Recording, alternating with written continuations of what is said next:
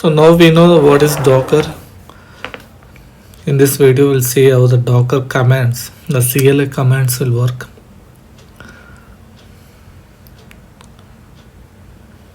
So the first command is docker build. So this is for the initial Docker build. Whenever you say docker build -t and then followed by that image name, part your Dockerfile.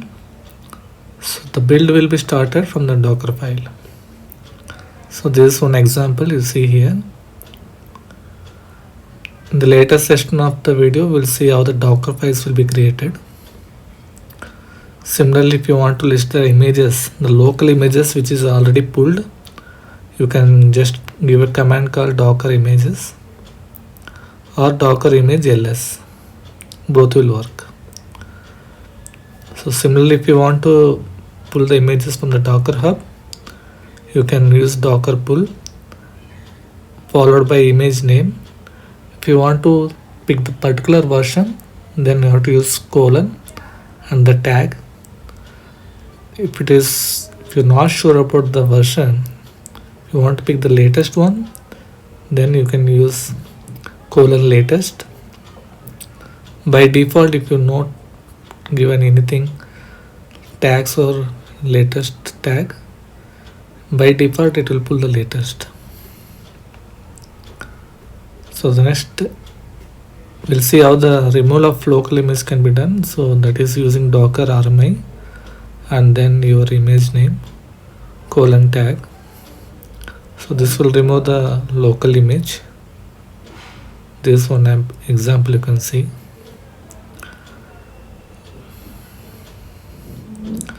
You can also use image ID, that is using docker rm and then the image ID. So image ID also, even no need to give the entire image ID.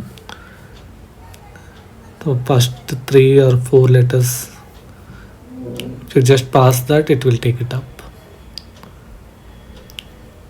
The next command in the list is docker tag. This is basically to create a version of it for the existing image.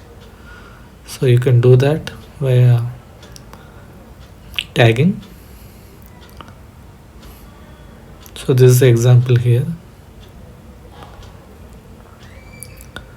So next in the list is push the images, meaning once you created your Docker image with the versioning or tagging, you want to push to the Docker repository or Docker hub using docker push command.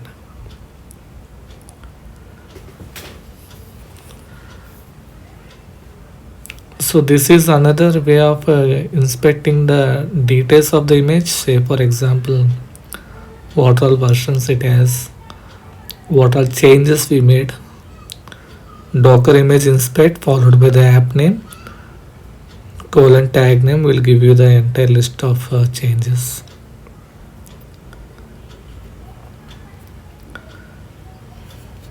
So docker save will convert your existing image to a tar archive file.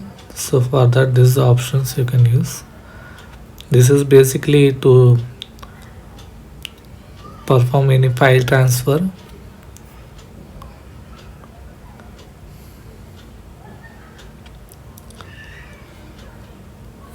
Similarly, you can also load from the tar. This is how it uses. Docker load -i image name .tar. So this will basically unextract the tar archive file and then convert that into image and it will bring it up. So docker image prone is one kind of cleanup command, I would say. This will clean up all the unused images which is lying down over there.